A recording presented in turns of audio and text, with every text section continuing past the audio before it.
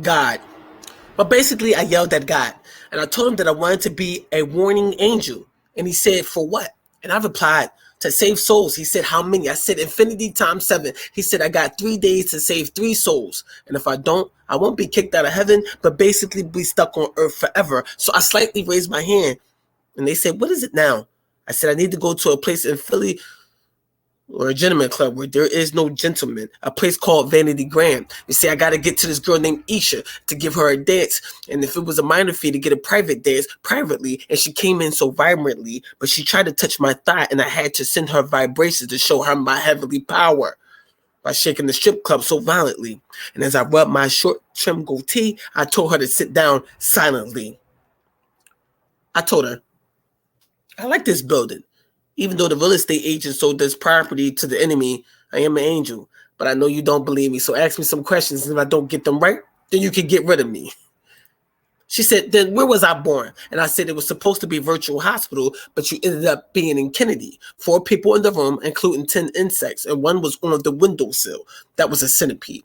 Now, if you don't believe me, how do I know this?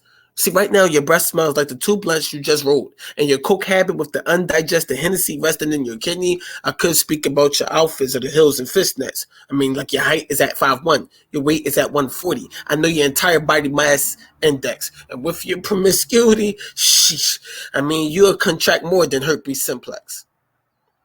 See, you're going to be murdered in 2 days.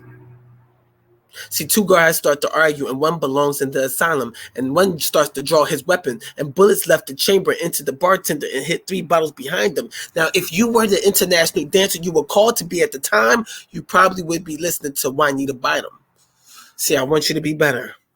I didn't really want to come down here to warn you that someone is going to shoot you. You see, it was Proverbs 13:25. She is clothed with strength and dignity, and she laughs without fear of the future.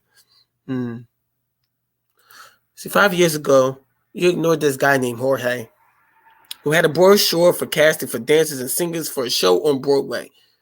But see, you and your mom ignored that dude in the doorway. And that was the opportunity to lead you to a war tour to Germany and Norway.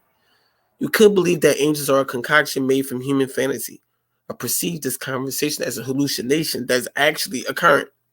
Either way, I wanted to tell you that the pole should no longer keep you in bondage, nor should fast money =, a grave. You should make a decision today.